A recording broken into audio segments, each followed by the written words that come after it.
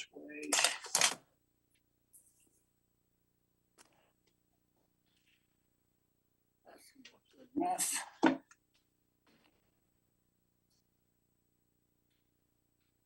No Fru, he's in Johannesburg, I think he said. Was that John? No Fru, I think he's in Johannesburg, he said. Could be. Yeah, I think he texted Cliff last night. What about Mike, is he on today? For Florida, yeah, we're expecting Mike. I was expecting Fru too, I'll take his name down. Well, we might want to double check with Cliff. That's what I saw. I think he said he won't be back till Friday. Gets around. Mm-hmm. That's a long plane flight. Now, does he live in this country though, or does he live overseas? Does he live in? Who's in Ohio? In where? No, Diego. Oh, okay.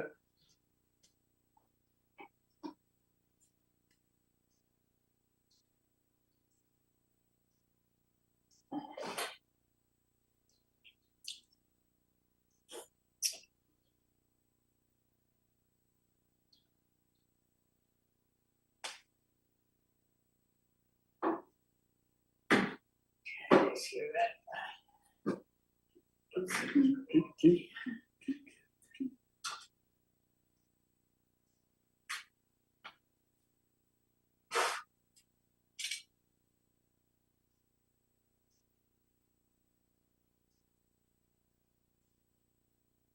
I just realized I haven't worn this watch since we turned the clocks forward.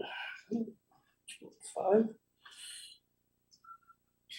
Some music going here. 3 minutes to go.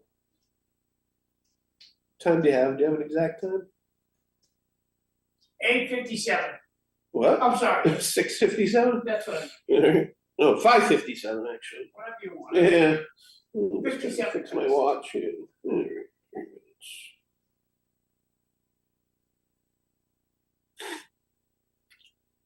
How much are the watches?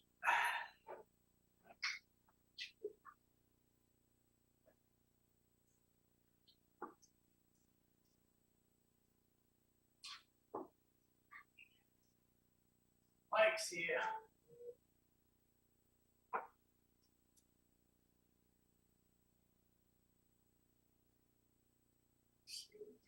Noise.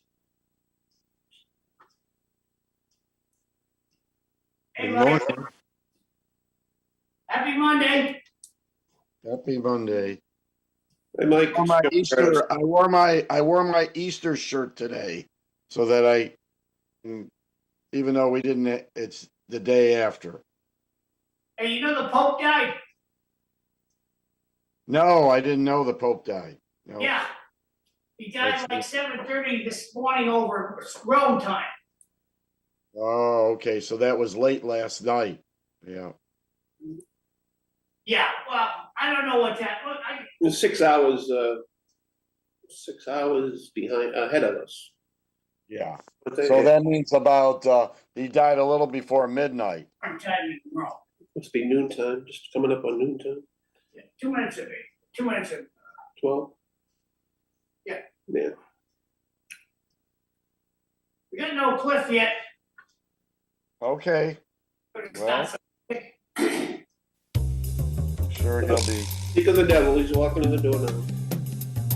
There you go.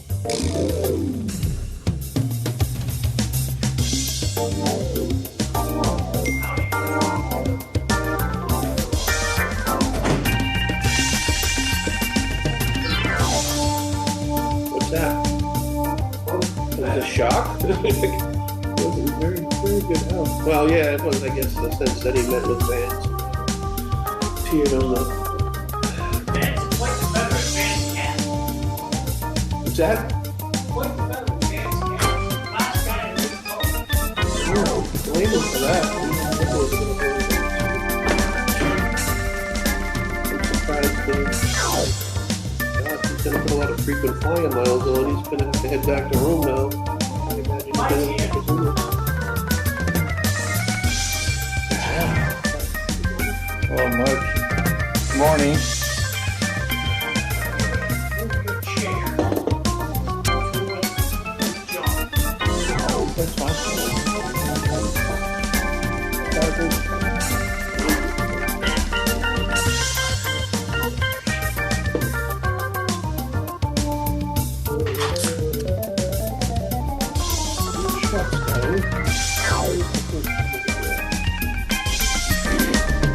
I'm actually into. Okay. My laser should be here. I didn't know this was going to South Africa. That's correct. I thought he might zoom in, but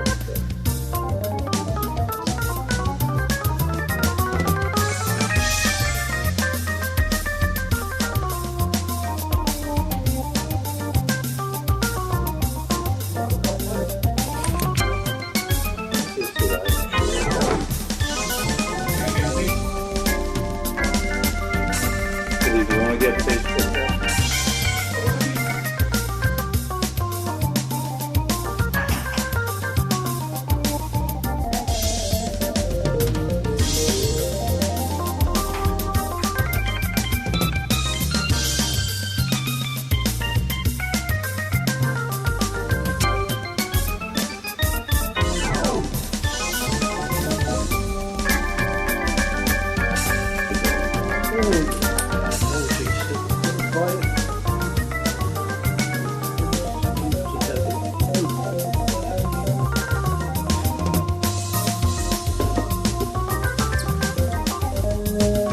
It's a wacko time.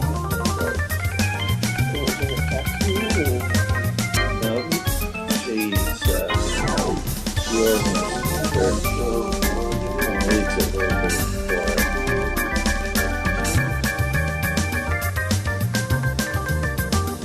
She wants to make sure that the bar members don't have issues with problems, so she makes booklets for them. And it's different booklets for different circles.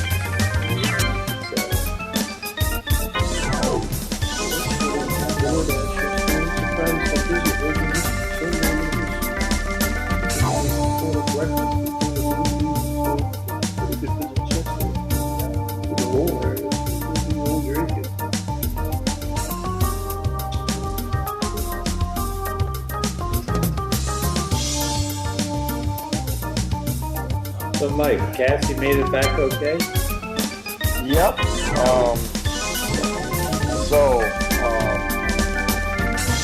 Border, we talked about that last week. Her brothers drove across the border, across the Niagara Falls. He picked her up in Buffalo, and then they went back across the border into Canada. There was no issue there. And then when she flew back, her friend took her across the border into Niagara Falls Airport. Her and her friend, though, both have Nexus passes. And she went across, no problem. Her friend going back to Canada, no problem. So as far as crossing the border for her and her brother and her friend, there was no problem going in the U.S. or going back into Canada. Good. So, I mean, I know that there's some different instances where there's been issues on the border, but usually there's a reason why they're doing that. I've seen numerous times. I mean, I got pulled over more than once going into Canada and going back into the U.S. way before all this for a number of reasons. And there were good reasons why they wanted to check me. It's all back in the delivery. You just took over Canada. Well, I read more and more articles, and it's interesting. Some Canadians, they're not fazed by it. The other ones, the biggest issue I see, unfortunately, is that everybody looks at the front of their nose, and they're looking at Trump, and they put everything against Trump. And nobody looks or asks the big question or the big picture, why some of the stuff's being done. I talked to one Canadian down here who stays here during the winter. And, the whole thing now with the registration, the 30 days and all that, says I went online, did everything. They don't need to be fingerprinted Canadian like like other people coming from other countries. And says I printed out the certificate on the I-94. Says I'll just check back, 30 days. He didn't seem to think it was any big deal at all. The big issue with Canadians is two things. One is Trump talking about the 51st state. The Canadians take that personally because it's their country. And numerous articles where they've started not carrying American products, they're putting T's on them now to show it's tariff. So the Canadian. The other thing is that Mike, We're good. we're gonna go live. Oh, okay. I'm sure we'll revisit that. Thought we were live already. Yeah. Okay. You wasted all that. No, I can do it You live. can do it again, yeah. Cliff, would you go? I guess we're on, Cliff. Do you want to start the show, Cliff? Yeah, I do. Good. Please proceed. Okay. Good morning, everyone. Welcome to the Dawn Patrol. We're running a couple minutes behind. I'm Cliff Krieger, your host. Sitting next to me is John Curtis from Methuen. We're expecting Eileen Delrossi to pop into the empty seat any moment now. And we have Mike Smith on Zoom from Florida. And we know that Fru is in South Africa. Whether he's going to be able to tag up with us, we don't know. And the big news of the day, of the moment, is Pope Francis has passed away. It wasn't just a couple of minutes ago. I think he passed away about 7:30 Italian time. So what's that? 6 hours difference, 7 hours difference. So he passed away about 6 hours ago. Early this morning. Very sad. That was the big news of the day. I see that J.D. Vance got to see him before he passed away. That ought to be something his kids remember forever. Meeting the Pope before he moved on. Eileen Delrossi is passing through the green room en route to the table, and we'll be all set. Today is Easter Monday in both the West and the East, and it's Patriots Day in Massachusetts. We'll have the Boston Marathon. The weather's not bad. It actually felt a little damp, but it was 44 degrees when I came in. It's going up into the 60s, so it looks like a good day to me. Yeah, it actually felt cool yesterday, and it was in the low 60s because it was reached about 81 on Saturday, so Yeah. it was quite a little change in the conditions. And how are you, Eileen? Good. I'm healthy. I'm here. It was quite a week last week. I was pretty Yeah. sick. Yeah. Yeah. I have a question. I have an Um, answer. How do we pick a new pope? Same way we By a always have. conclave. Well, all right. So I You're not a wasn't good, you're not a in. good Catholic girl. Yeah. Even I know that. Even as an atheist, I know that. Eileen, they will get together all the cardinals from all over the world. They'll get all the cardinals together, and then they will vote on a new pope. So the cardinals from all over the world, it'll be a little bit where they get everybody together, and they'll pick somebody to be the new pope. All right. Do they have to be of a certain status in the Catholic Church to be picked? It's usually a cardinal, I believe, isn't it? Usually. Could be Almost Father always. Sinella. It could be Cliff Krieger. Could be. Any of the faithful. They do not need to elect a cardinal as pope. A lot of people don't realize that. They could pick anybody, like you were just talking. They could pick Cliff.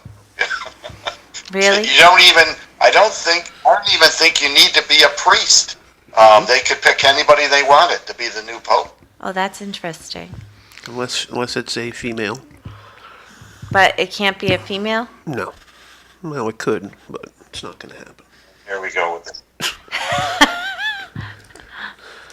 Well, that would be kind of ridiculous since a priest can't be a female can't be a priest, so I don't imagine she'd be elected to a pope. In the Protestant church, though, they can. Yeah. Or No, a woman could be the Pope.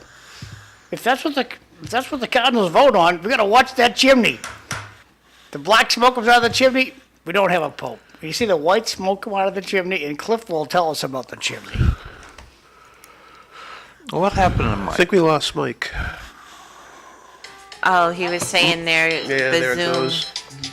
We still got Mike. Hello, Mike.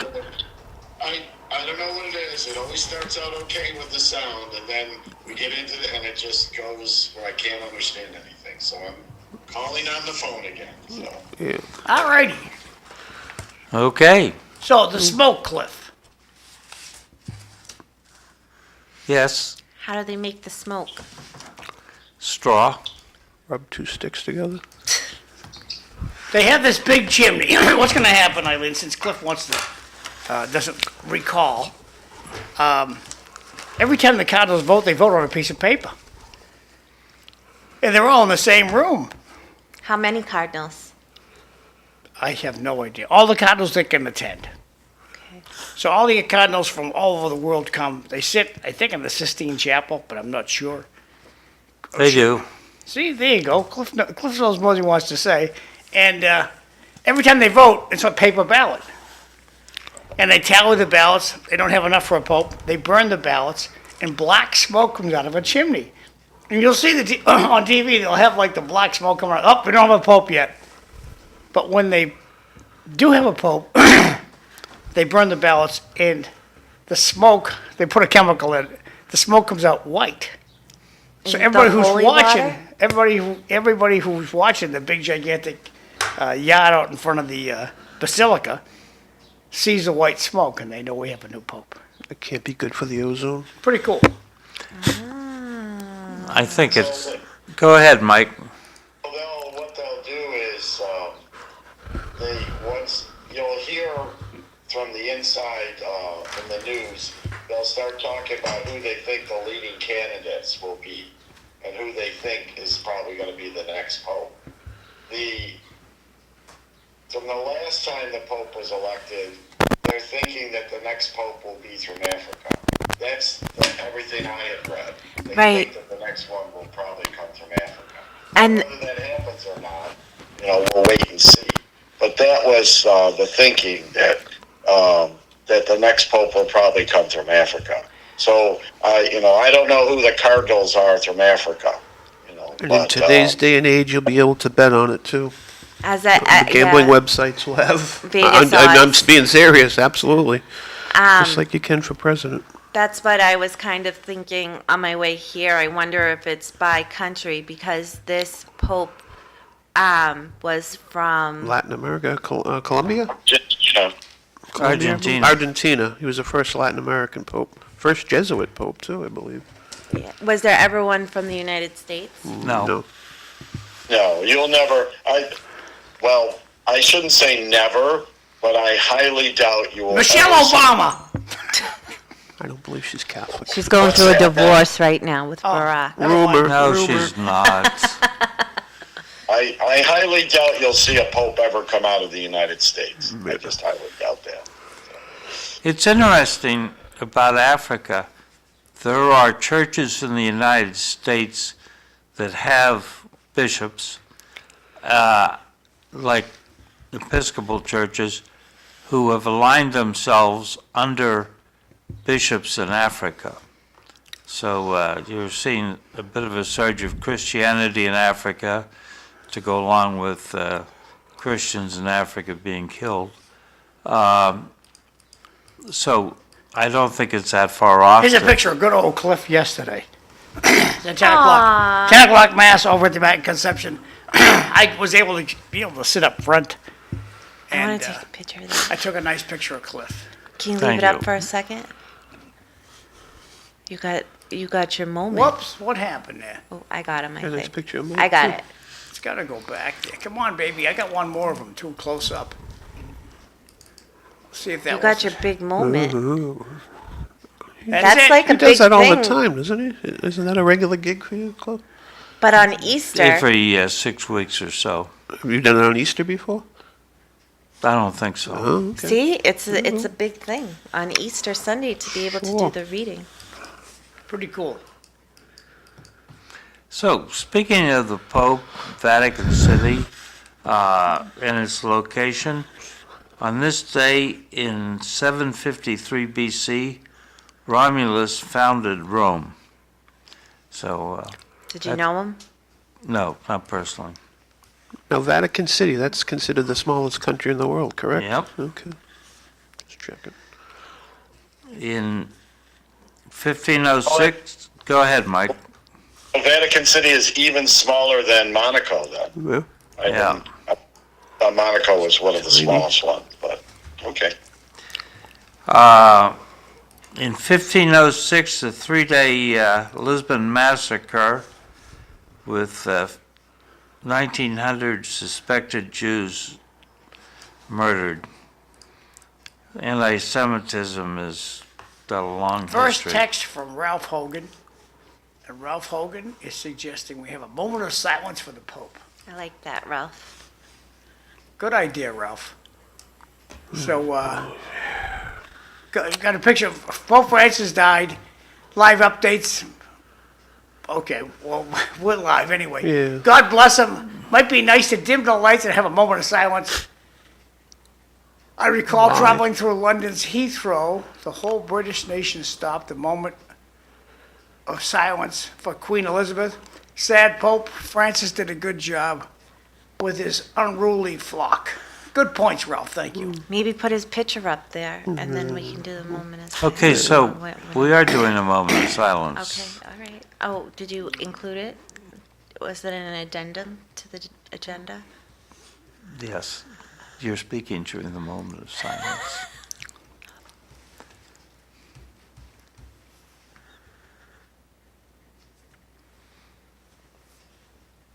And I think we all agree in our prayer that Pope Francis is in heaven, enjoying communion with God. I thought Some we were of going us to do. dim the lights. No, that's I'm only visual. if you're in City Hall. Right, I mean, that's what I'm used Well, to. wait, it's easy to do. I can do the dim the lights. We just had the moment of silence. You're going to now dim the lights? I'm a visual learner. He's just a man. That's He's what- only a man. Well, I'm going to I don't like that. Thank you. keep talking because of the fact we've already had the moment of silence. I'm This is having a a moment moment of of silence silence. for Pope Francis passing.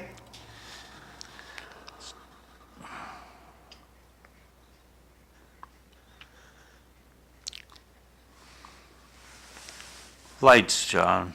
Rest in peace. Rest in peace. Thank you. Amen. Good idea, Ralph. Thank you.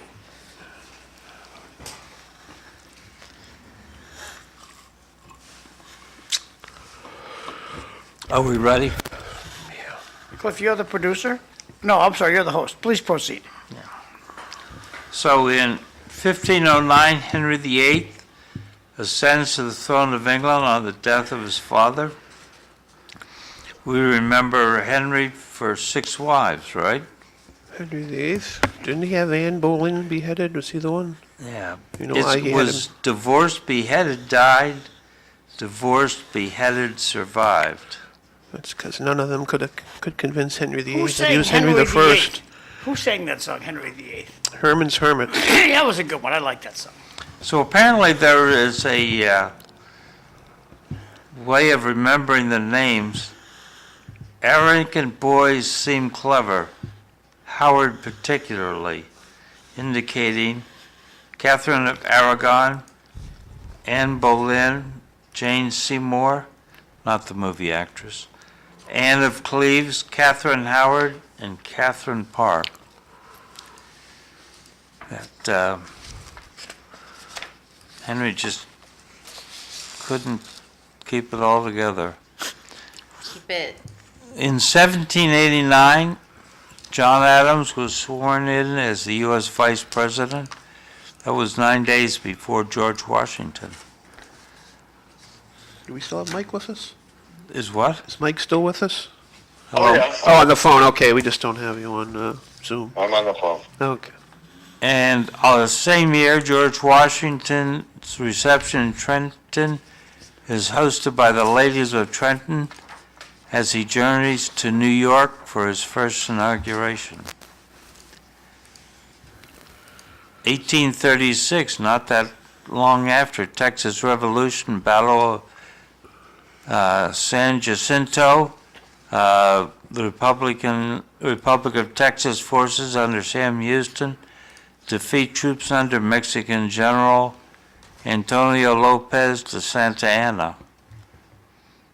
1918, in World War I, German fighter pilot Manfred von Richthofen, known as the Red Baron, was shot down and killed over Vaux-sur-Somme in France. So who gets credit for getting the Red Baron? John, you have a thought? Didn't you get it? For shooting him down? Did you shoot him down? No, I didn't. Snoopy? No. No? I always I remember. don't know. I don't know. I hope the day comes that we stop fighting for our governments. Let our governments send Trump out there and Putin, put them in a box and ring them. The winner wins. Why should they send my kids, your grandkids? They shouldn't do that. Send the leaders up there. You let the King of England stand there with Trump and duke it out. Knock off this. Moving wasting our children. right along, out there in viewer land, you can feel free to ignore the producers. What's wrong with that, Thoughts? Cliff? Why do innocent children have to die because the governments don't get along? Why should the citizens of a nation Die for their government. That's the allow question. interruptus maxis? LMNOP, Yeah. QRS. So- TV. In I'm with you, 1905, Eileen. Good thinking.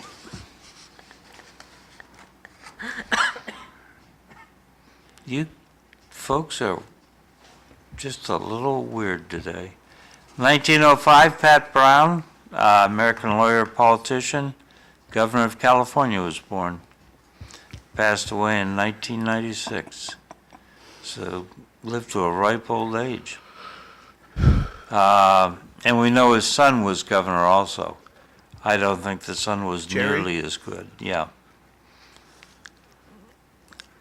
And died on this day in 1910, Mark Twain, novelist, humorist, critic. Today is National Tea Day in the United Kingdom. And National Tea Day? They pay extra tax on that or something today? What's National Tea Day? the tea tax was here in the colonies. It's okay to say you don't know, Cliff. You can't know everything. And it's San Jacinto Day in Texas. Well, who's San Jacinto? Not who, where. John, Could you elaborate on what San Jacinto is? I have no idea. Eileen, I tell don't- us what San Jacinto is. I WXYZ. do not have a clue. San Never heard of it before. Jacinto. Sounds like it's a location in Texas. It's where there was a battle, the Battle of Yeah. San Jacinto, which Okay. resulted in Did we win? Texas being independent. Did we win? No, Texas won. Oh, okay. I want to say that might have been on Queen of the South. Do you On watch what? that on Netflix? I heard of Queen of the South. It's really good. She's a looker. Yes, she's beautiful.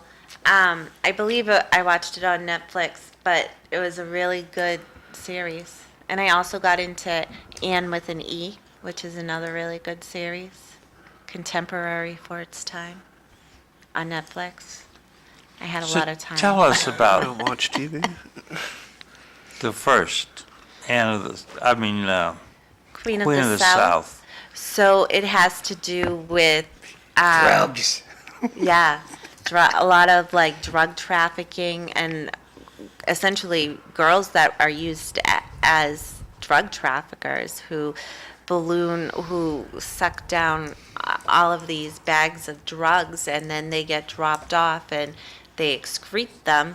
But some are treated pretty horrifically, and then some are just like kind of status quo. And like in this instance, this woman kind of figured out a way to rise to the top, like and being quiet and like doing what she needed to do. And she gathered the right friends and so forth, and she rose to the top and became the queen of the business due to her strategies. Just talking about how great women are, too.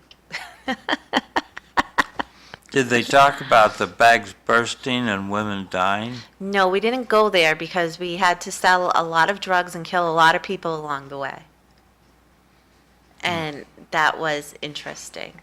And the trials and tribulations that she went through. But I don't know how good it ended in the end. Yeah. Well, today's the 200, I'm sorry, not today, we're celebrating today the 250th anniversary of the battles of Lexington and Concord. There were reenactments Saturday. Today, On the screen right now is Queen of the South. I did enjoy that series. Flaca. We call her Flaca, skinny. Pretty cool. Okay, back to you, Cliff. Sorry. yeah, today's the marathon. We've been running this marathon since 1897, which was the year after the first Olympic Games in thousands of years that were held in Athens in 1896. Turns out Saturday there was a city marathon in Boston with the implication that the Boston Athletic Association's event today is too white. Is it too white? I mean, Well, anybody can run. right? It has to be a choice. I think, Usually a black guy wins. yeah, Right? and a black female also. They were talking about how in order to win her, you'd really have to pick up speed during the race because she comes from the back and like really like picks up her speed around. I want to say it was like the 1 mile mark. But I mean, just even driving here, I was listening to the various stories of why people want to run. I don't think it has anything to do with, appropriating color. I think it comes from the heart and reasons why somebody is really invested in doing something like that, like running 26.2 miles. Fascinating how underprepared the Boston media was for the Pope to die. Yeah. It's like when, first time around when Trump won, I'm watching the 5 o'clock in the morning news, and Channel 4 is showing, we got new snowplows at the airport.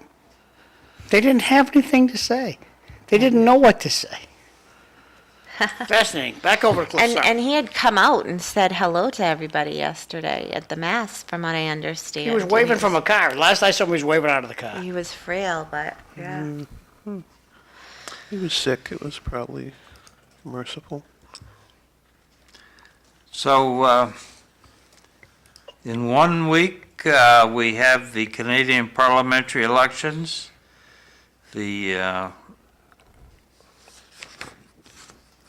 I saw something, Mike, did you see that thing? That implied that the Liberal candidate, who's that, Mark Carney, is really a World Economic Forum kind of guy? Yeah, I saw that. I mean, I hate to say it, but the Canadians get what they deserve. I mean, the reason I say that is they choose these people. They keep reelecting the Liberals, and they put in these carbon taxes, and they put in all these other different things, restrictions. I have to keep reminding people that just because we do things in the States one way does not mean other countries, including Canada, do it. They do not have any right to freedom of speech. So they're talking about now determining online speech on whether they think it's okay or not. And that's pretty scary that they're starting to look at things that way. But the Canadians, they keep electing all the Liberal Party. They just keep electing them all. And then the Liberal Party usually does not have the majority, so the Quebecers come in, they make a deal. And that's how Trudeau was in, because the Quebecers, supported the Liberals.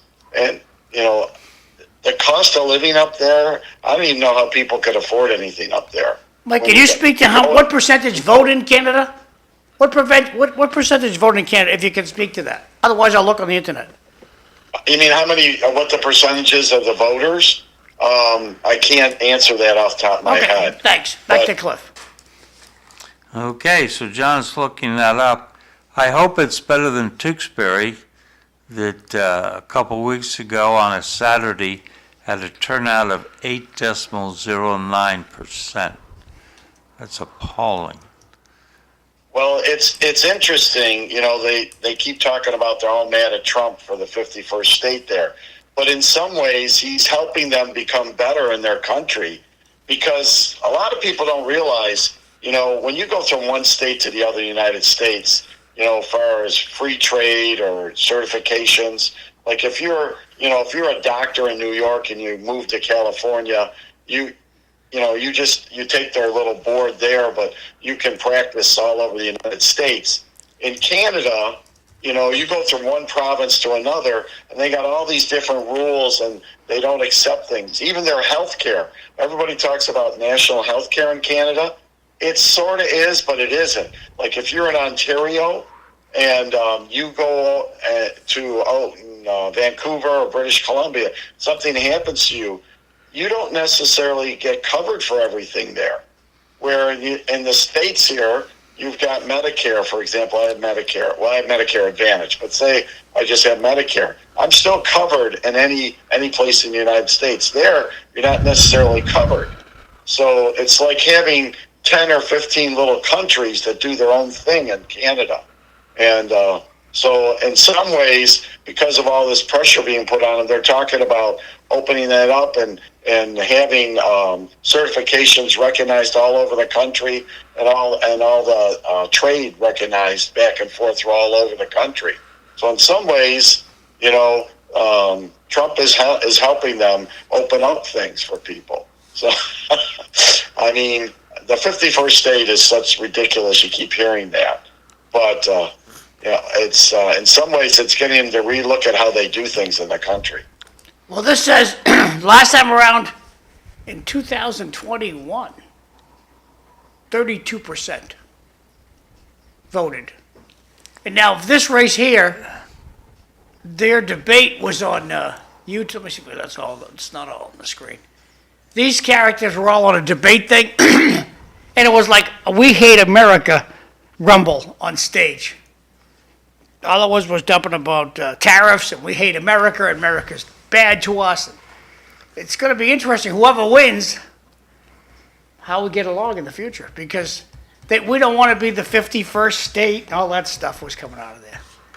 Well, Carney's going to win as prime minister if the Liberals get the majority with the Quebecers, if they combine again. What's his name? What's his name? The Liberals are gonna get the majority again. This guy Carney? Carney. So, and then what everybody forgets, in Canada, they don't elect the prime minister. The party in power picks the prime minister. So they can pick whoever they want. And Carney is the one that they replaced Trudeau with. So the people voting is like the electoral college down here? It's not like the electoral college here. It's the party in power picks it. So did the Canadians vote for this dude or no? The Canadians do not vote for the prime minister. They only vote for Wow. members of parliament. They call them MPs, members of parliament. Wow. So Did not know that. So before you go off the photo, you notice two of them are wearing little poppies. So that's left over from World War I, commemorating the veterans. A Canadian wrote the poem In Flanders Field the poppies grow row on row. Talks about the soldiers that died in Flanders. The Canadian medical physician who was with the Canadian forces, he didn't make it either, died of pneumonia, I think. So it'll be interesting a week from now. They go to the polls and then we can talk about it. You have any thoughts, John?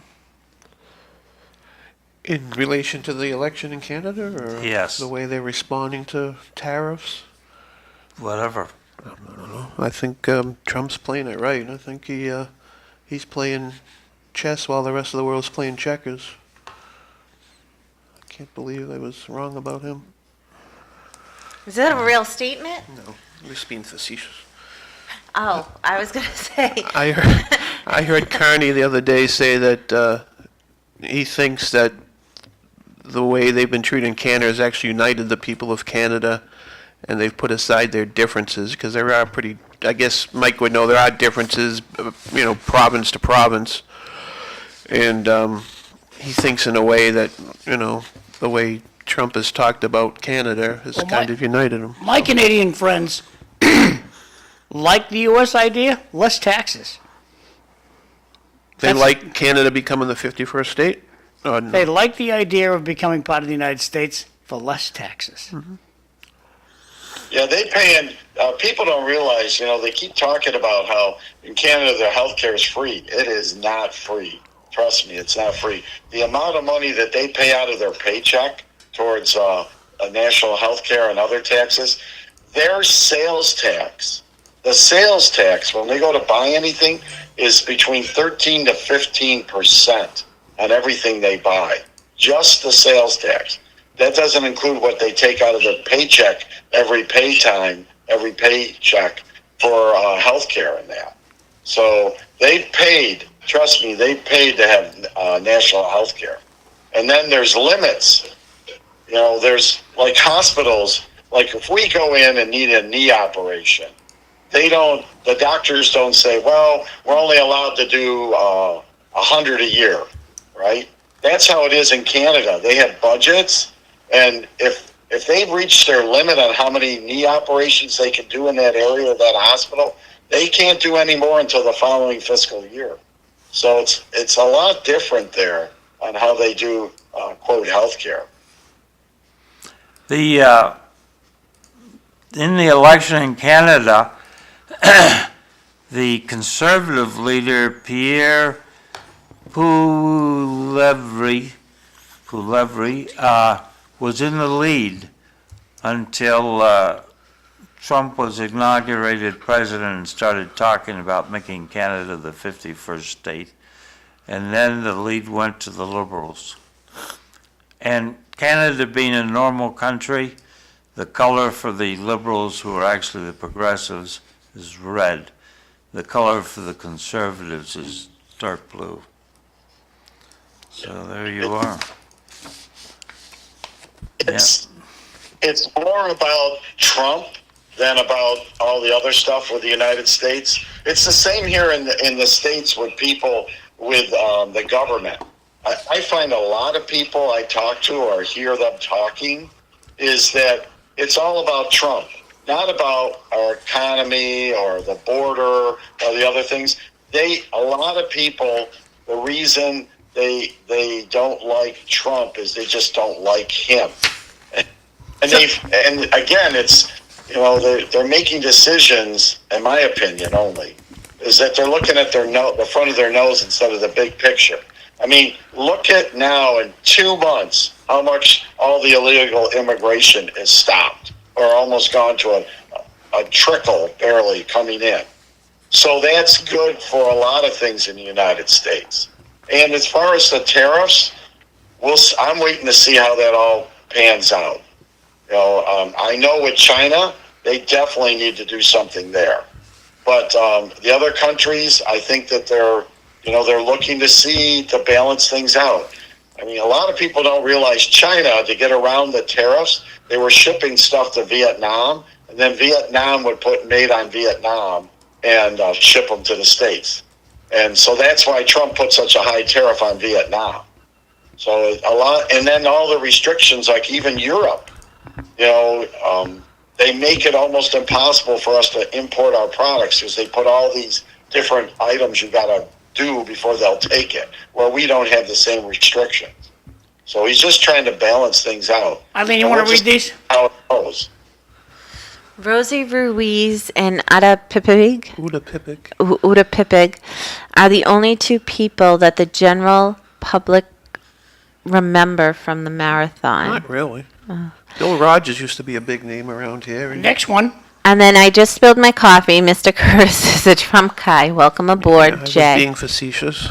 Some people don't like when I criticize Trump, so I was just being facetious. I thought you were being serious. Yeah, it was very And the Yeah. last one. Canada is the best example as to why a three-party system doesn't work. 66% of the people are governed by 34% of one party. Interesting comments. Thank you. I don't have any issues with criticizing Trump. There's a number of things I don't agree with him on.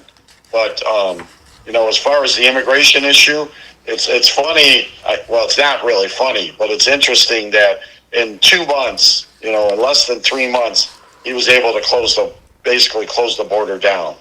And as far as going after all these illegals that are in the country, if you were in another country. I remember talking with Fru about in Cameroon. I said, if people were there illegally, what would happen to them? And he didn't really want to answer, but, it's other countries, they take that very seriously. And I don't see any reason why we shouldn't either. What about due process? Yes, you're right, with due process. On the due process, And- what makes you but- think they have a right to due process? They have no rights. They're not citizens. Doesn't matter. They're in the United States. No. Where do you get Sorry. that, John? What's the legal opinion? Right here. Because Right here. it Right here. seems to That's where I me got it. Right there. that the Article 3 people not say citizens. They're if not you're citizens. on the land, you have the rights, free speech, due process, the whole enchilada. They're not I citizens. think you're wrong. Citizenship. Well, you can. No, it's I know It's you're opinion. wrong. It's opinion. I'll just shut everybody's mic off and I can talk over here, pontificate. Cliff, I said, in my opinion.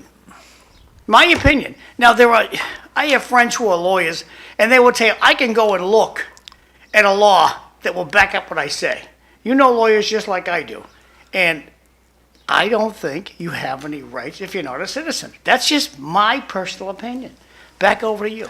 Yeah, well, I'm worried about that seeping out to the viewing audience Seeping out. because It it's would wrong. come over the speaker on their TV set. Yeah. Well, I agree with due process. I do agree with that.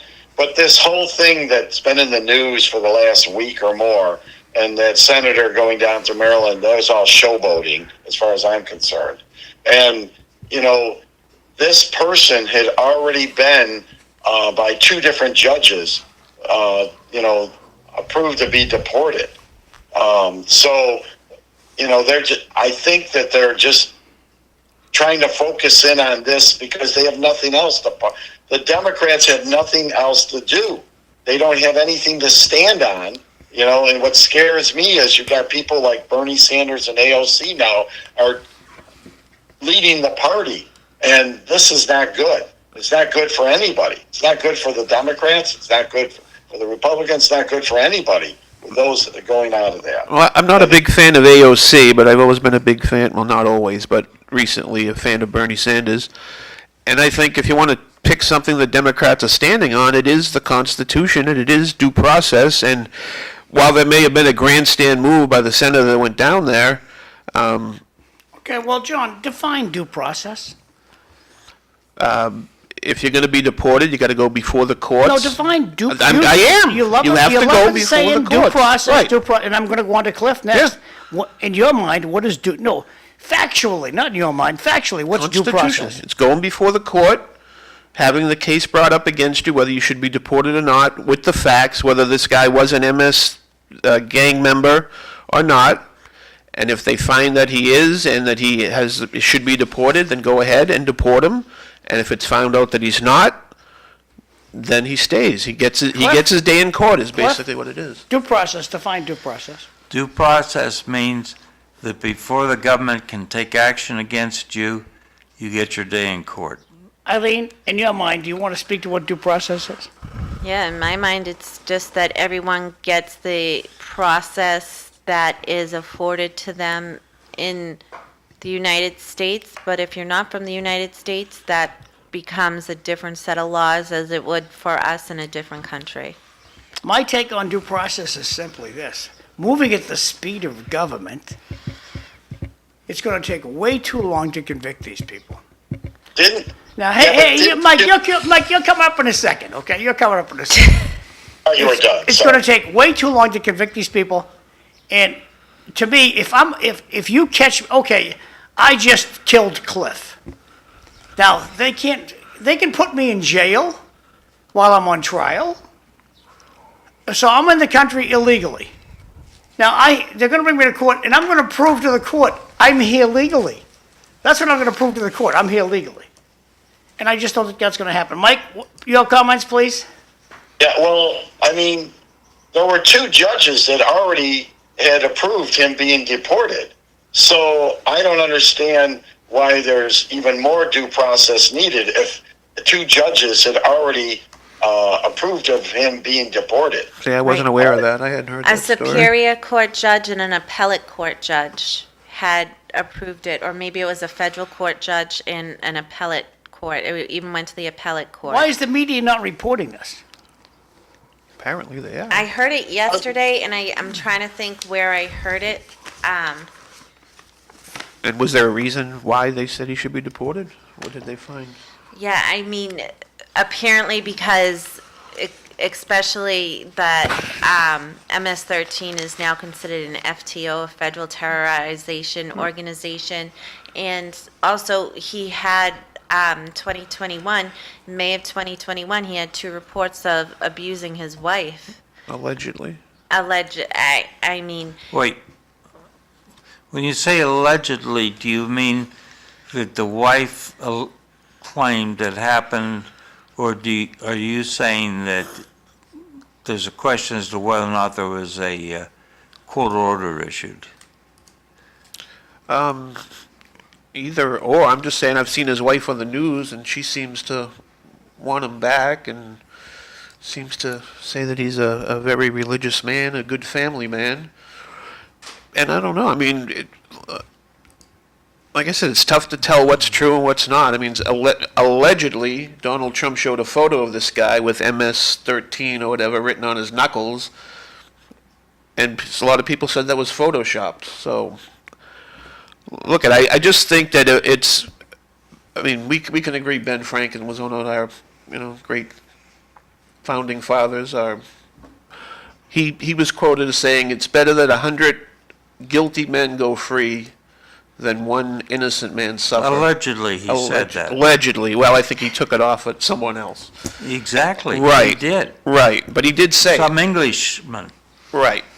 he was also pulled over in, I believe, 2019, and they believe that he was involved in human trafficking, and nobody pressed charges against him. He was in a vehicle with 8 other people and traveling from Texas to the northeast area, and I think where he lives in Maryland. Right. And none of them had suitcases, nothing. Right. That would be a federal crime, so that would be up to the government to prosecute him.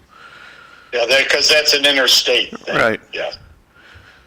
Hey, I'm just saying, where does it end? Can this Peripherally. guy stay at your house, John, when he gets out of prison? Can he What's go- that? Can he stay at your house? No, Why? because my brother's staying with me. We Well, don't have no, any room. can't you make room for this guy? Don't you want him living with you? He already has a house. No, but he needs a place to, you're not gonna put the guy up. No. Terrible. Let's Not at all. go back to the question, President Biden let in, pick a number, 11 million? Yeah, between 10 and 11. So if we give due process to 11 million people, how long does that take? Assuming, how long do you need for due process? A half a day, a Well, couple days? I think it gets confusing because there was officially no due process when they came, right? So then you have to find everybody and then ask them to go through the due process, right? Look, at this whole situation with the border is ridiculous. We can walk and chew gum at the same time. I don't know why. And you know, I was being facetious earlier when I was talking about Trump playing chess while the world was playing checkers. You want me to say? Unbelievable, by the way. I'll say something serious about Trump. Stopping the flow of illegal immigrants coming over the border. That's a positive. I agree with him on that. Are you I support him. serious? I'm very serious. Okay. That's a good thing. Ronald Reagan once said that you know, without borders, you don't have a country. And I agree with that. So, but we have enough, you know, we're talking about bringing our military back to this country and sort of becoming nationalized and not being a policeman of the world. Use some of that military on the border, whether it's got to be on the, you know, the Mexican border, the Canadian border. We have the wherewithal to stop illegal immigration in this country. We have enough to set up something at the border where you say, you want to claim asylum, you want to come into this country, you want to be educated, you want to assimilate, learn how to speak English.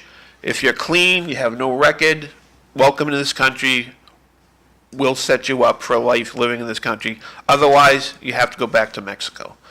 So it's just like anything in this country. We're the richest country in the world. We can do these things, but politicians don't want to, because if it was solved, there'd be nothing to discuss But or argue about.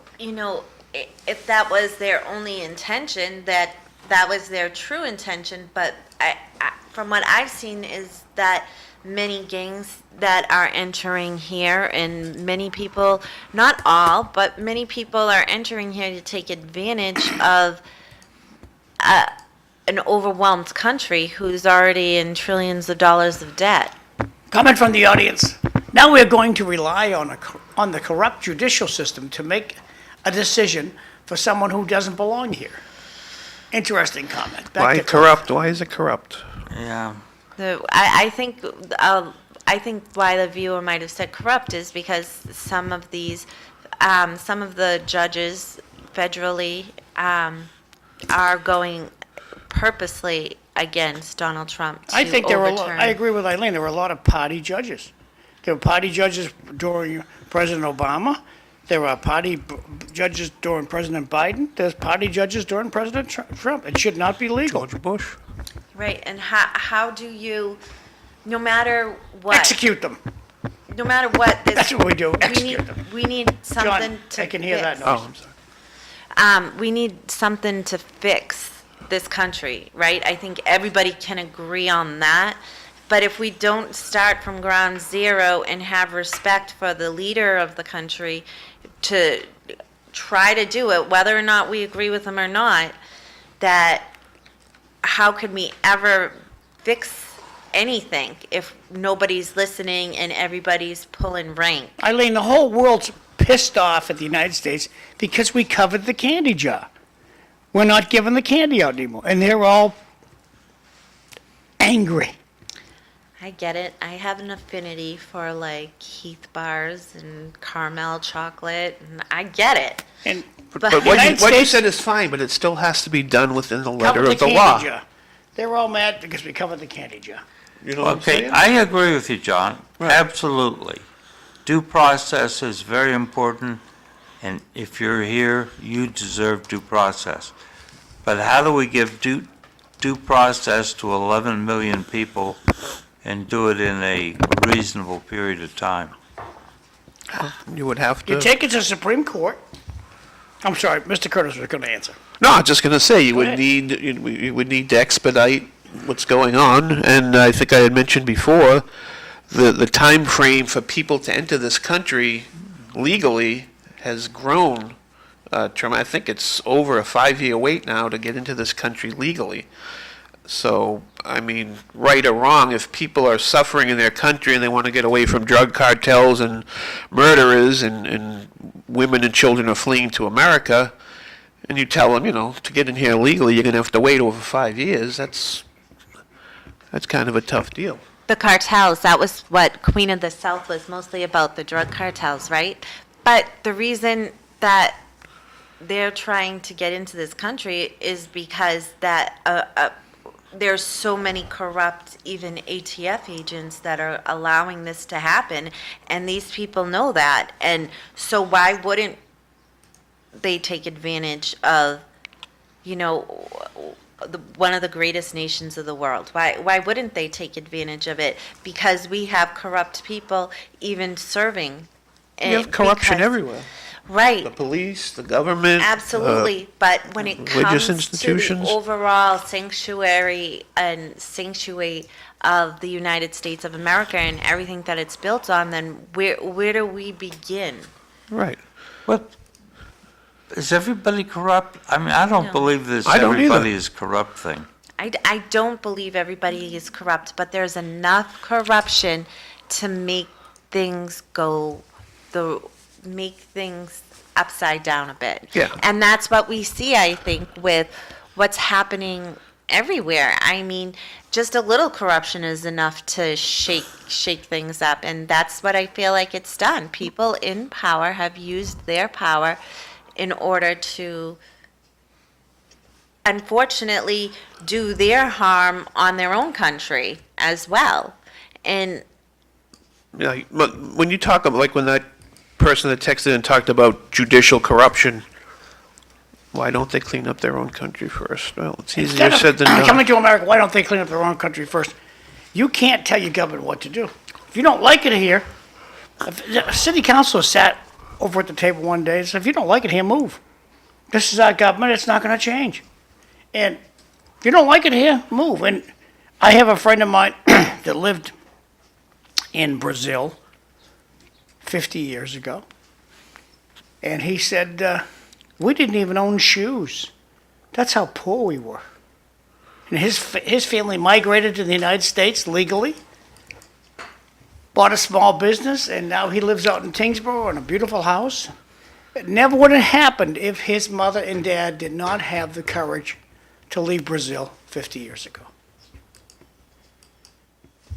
And just quickly before the break, a point I was trying to make about corruption in the judicial system. Does it exist? Sure. Do people go judge shopping in our government looking for the judge that's going to give them the verdict they want? Sure. My problem is in regards to Trump, it seems like any time a judge hands down something against Trump, immediately the conservatives go to it's lawfare, it's politics, they hate Trump, that's why they voted against him. That doesn't happen all the time. At some point, you're just going to have to say and agree that's the law and the judge is following the Constitution. Yeah, Sometimes they do, sometimes they don't. it gets mixed up. For instance, the New York Attorney General, Yep. Latifah James, is claiming that Trump is just trying to get her because there are allegations that she falsified records in order to get better mortgage rates. Would you put it against him? I mean, that's what he claimed that the left was doing to him for 4 years. Yeah, I mean, it works both ways. so, It's if you want to have equality on it, you got to go after both people. Sure, You know? I agree. If she's guilty, they bring up the charges, take her to court. We'll be back in 30 seconds. Thanks.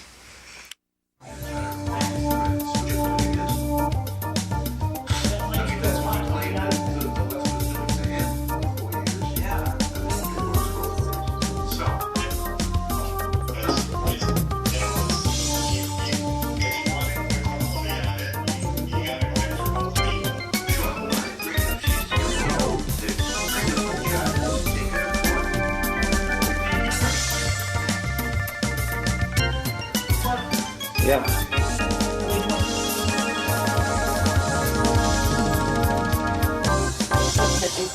Yep. Good morning, everyone. Welcome to the Sea Life Show. I'm Cliff Krieger, your host. My co-host is Eileen Delrossi. Good morning. Fru Nkimbeng is normally with us, but he is in Johannesburg, South Africa today.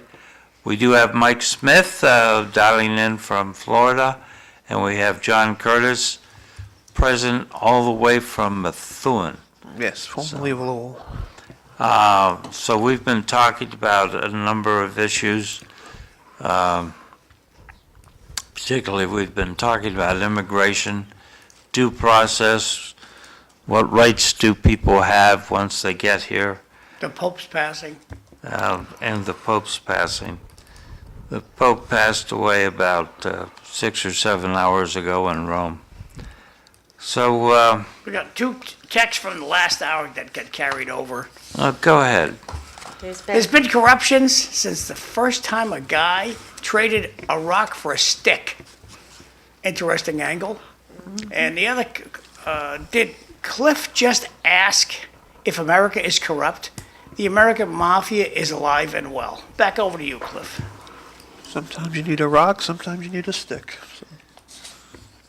So, it was interesting, some former mafia member got appointed to a state council in New Jersey, and somebody showed up to say he shouldn't be there, but the locals are happy with him. He apparently had turned on the mafia and gone state's evidence. Cliff, before you move on, I just have a question, because this was kind of late-breaking news last night also. I just want your opinion as a former military person. I guess Pete Hegseth is in hot water again, because supposedly he shared our attack plans not only with the journalists, but with his mother, his brother, and his wife. Do you have a problem with that as former military, or was that just another whoops? And do you think he's going to retain his job? I think he'll retain his job. I'm not real heated up about this. Having flown into North Vietnam a number of times, the fragmentary order was top secret until the mission was executed, in which time it became declassified. Did the North Vietnamese know we were coming? I'm sure they did. Did they know that people were going to fly north and at Yen Bay they were going to turn southeast and head down towards Hanoi? I think absolutely. Thud Ridge didn't become Thud Ridge except for the fact that that was the ridge the Thuds followed, the F-105s followed day after day after day. So you need operational security. My suspicion is that it wasn't that it was within the spirit, maybe not the letter of the rules. Okay. Plus, the government has said that that's supposed to be a secure means of communications. All right. Thank you.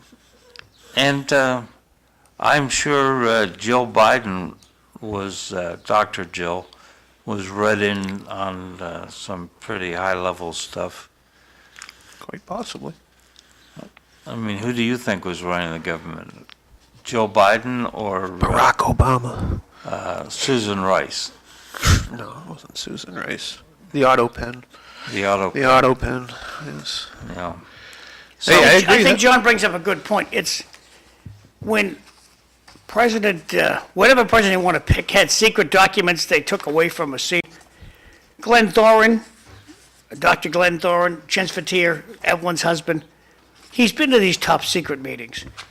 You're not allowed to bring your phone in. You're not allowed to carry anything out of the meeting. And how the heck these senators and Congress people and presidents get to walk out of a meeting with top secret paperwork is very puzzling to me. Yes, it's puzzling. On the other hand, I've had a encrypted phone in my house because we were running up to a possible war, and I wanted to be, as chief of strategy division, I wanted to be in contact. But you do tend to be careful. My oldest son, when he bought himself a cell phone, bought a big cell phone because it'd be easier to remember to take it out of your pocket when you got to the special compartmented information facility, the SCIF. How did Joe Biden accumulate all that classified paperwork? Don't know. How about President Trump? He was the president, he gets stuff all the time. How does it leave the room? Nothing can leave the room, and so it reminds me of Sam Chase's famous statement, "Rules for thee and not for me."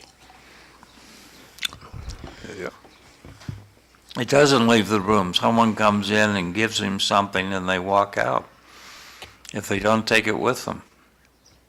And when you pack it, when you leave the White House, you just pack it up and bring it to your garage. Yeah. Rules for thee and not for me. Understood. Thank you.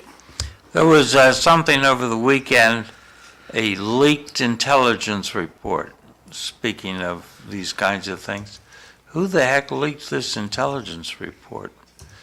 But the intelligence report supposedly said that all but the FBI of the 18 intelligence agencies agreed that Venezuela was not sending TDA people to the United States for the purpose of undermining the nation.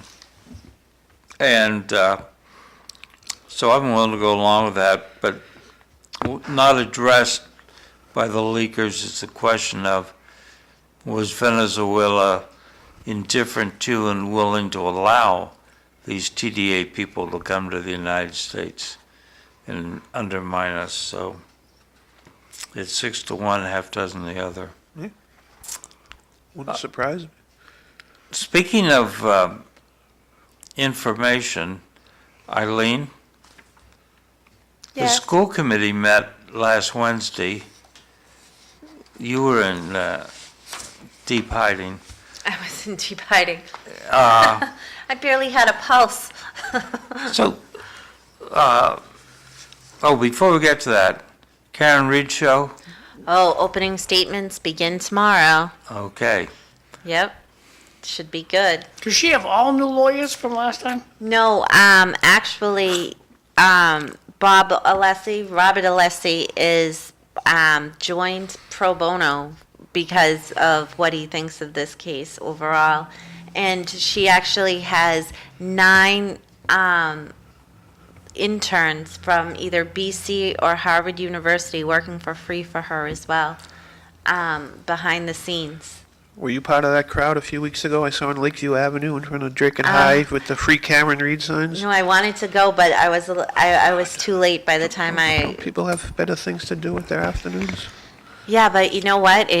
She really could be like myself, my niece, my daughter. Like, you know what I mean? Like, But they all had free Karen Reed signs. Don't they realize she's not in jail? I mean, They do, but her life is on the line. well, I don't know. I think If it's... she didn't have the money and the resources to fight it, then she would be in jail. Well, She would be a statistic. I think people are drawn to celebrity, and that has a big thing to do with it. That I think nobody knew about her case for over a year and a half until Turtle Boy started looking further and further into it and then made it more of a big deal. And I mean, what if you didn't have that? You know what I mean? I'm if sure it she was wasn't- allowed bail. She was allowed bail, but if she didn't have a good enough job and the finances that she has and a good family, then she would be in jail. Yeah. And she's up against a allegedly corrupt police department. And a corrupt DA. So there's no chance in hell that she's guilty.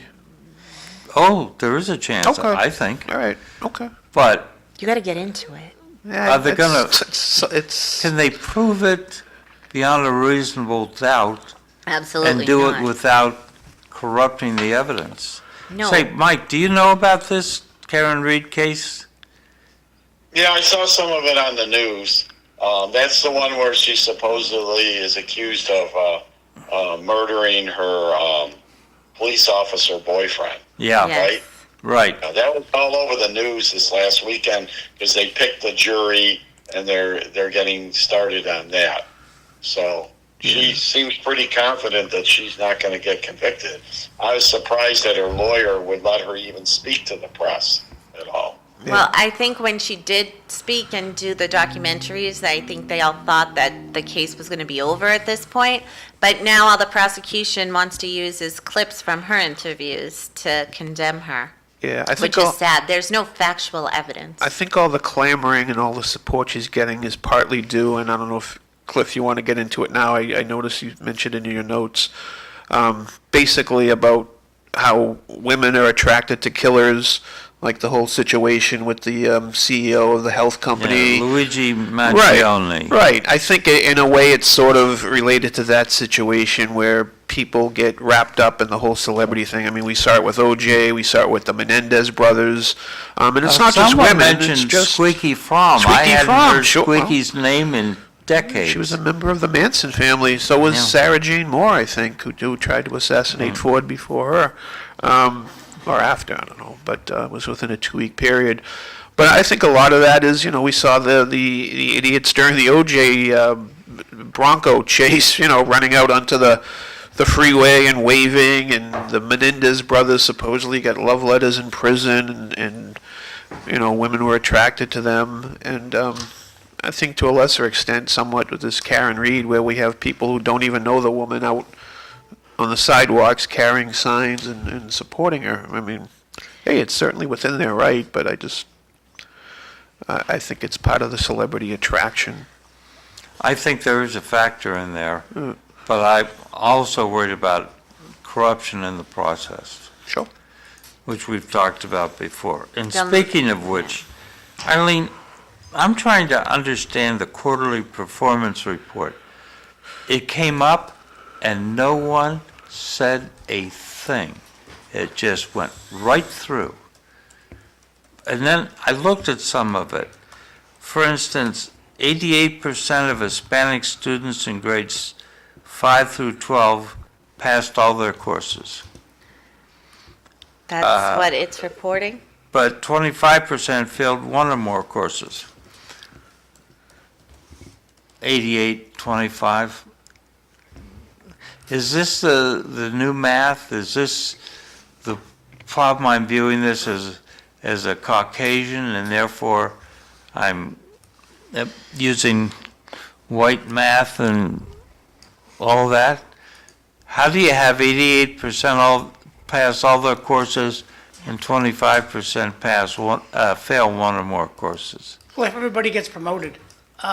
Comment from the audience, don't forget about how horrible the local media are on Karen Reed case. Yeah, no local media outlets such as WCVB, CBS, and NBC 10 was decent, and Ted Daniels on Fox 25, but no one in the state picked up this coverage of the case and the underlying signs of corruption until it got bigger with the independent media on YouTube.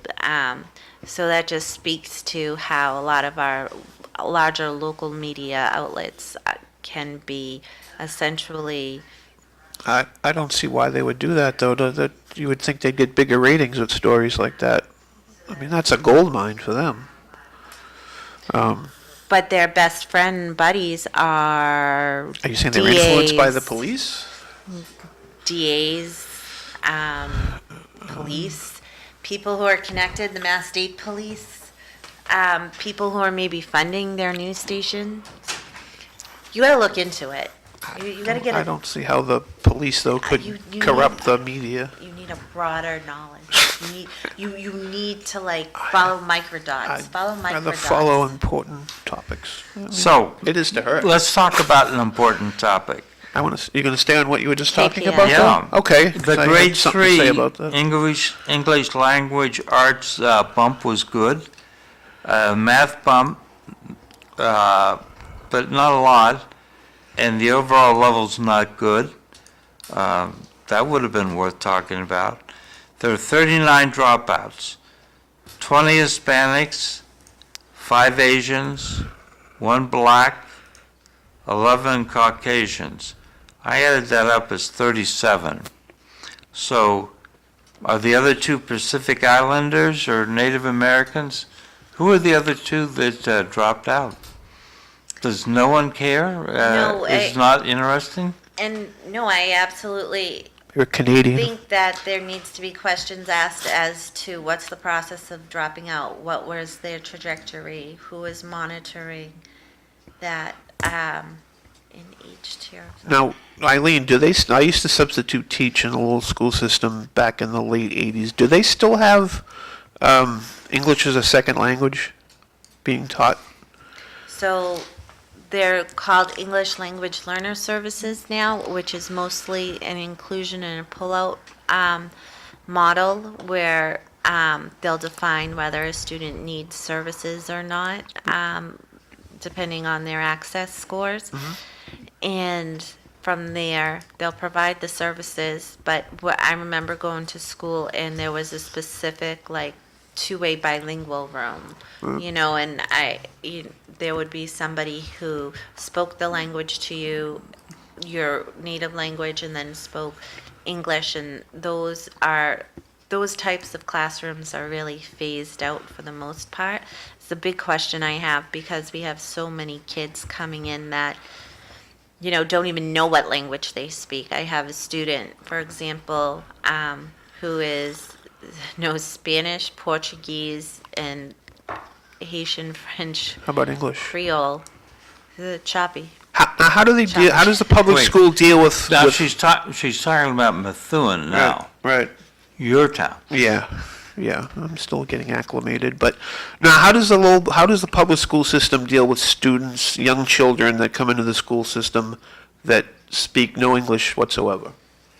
I mean, it's really, Are they put into regular classrooms? And if they don't understand or speak English, how do they learn? teacher's problem to find out. Yeah. See, I know a lot of people think that I'm just a bleeding heart liberal, and just because I dislike Trump, but I still hold conservative values, or what people might think are conservative values. But when I say this, I want to be clear. It isn't a matter of race or bigotry. I get frustrated when I go into a McDonald's. I deliver for DoorDash, and the entire staff speaks Spanish to each other. They're very limited in their knowledge of English.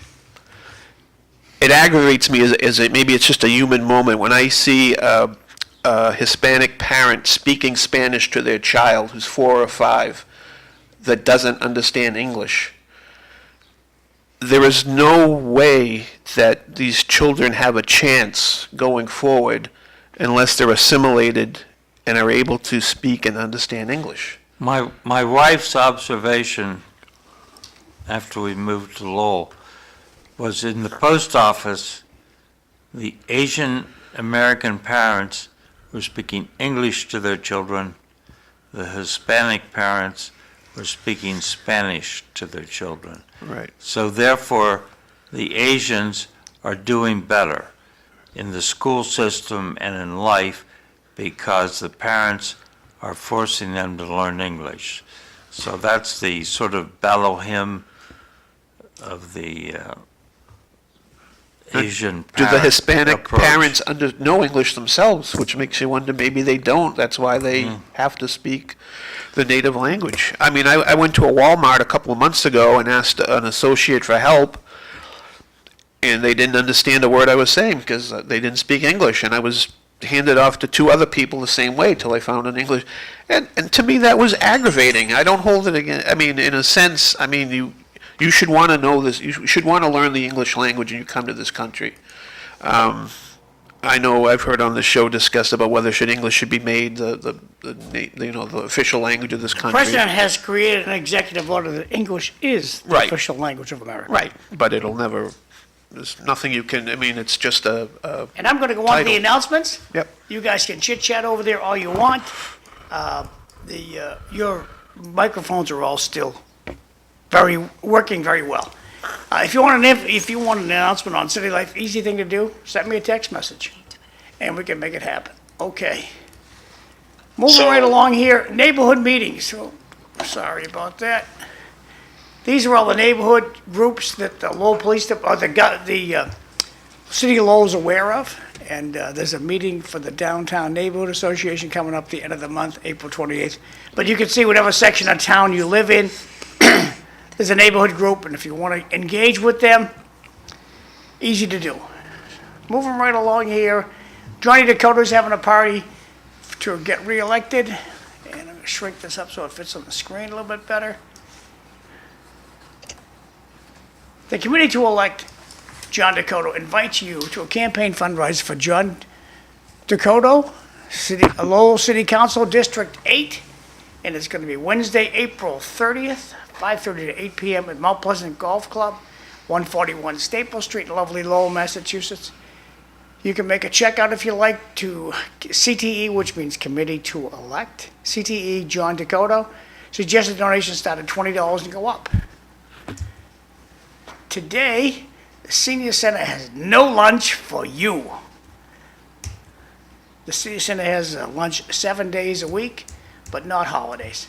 If you want somebody, if you have an issue that you want prayers for, these are the gals you want to be in touch with. The Monastery of St. Clair, 445 River Road in Andover. Give them a call, tell them what your issue is, and they will be praying for you. And prayers for the parents of that poor little kiddo that went in the river. I think he's 3 or 4 years old. God bless him. I hope they find him soon. Coming up on May 1st, Thursday, May 1st, Belinda Duran is having a campaign kickoff and fundraiser at the Long Meadow Golf Club, and that's 5:30 to 7:30 p.m. on May 1st. If you have some electronic junk, you got a lawnmower you want to get rid of, you got a snowblower you want to get rid of, well, whoops, wrong button there. Come on, baby, let's get back to the announcements there. I hate when this happens. Apple O. Okay. Electronic junk is coming up, don't see a date, there's a date there someplace. Way too much stuff on this page. Metal appliances, huh? Let me take a picture.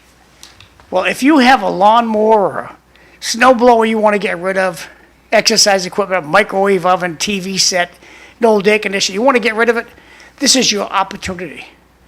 Let's go, take your phone out of your pocket, go take a picture of this slide, and get out to Chelmsford on Saturday, May 3rd. That's coming up pretty soon, Saturday, May 3rd. You can get a whole carload for $60. You can fit that snow blower in the back of your van, all the better, and fill up the van with all kinds of other stuff. $85 for that. It's a pretty good deal. So that's coming up on Saturday, May 3rd.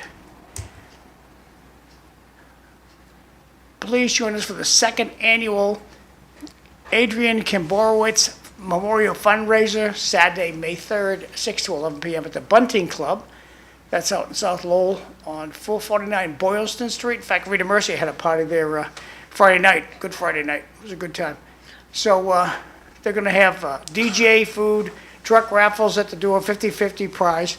And for more information, take your phone out of your pocket, very bottom here. You can take a picture of this whole thing and tell you more about it.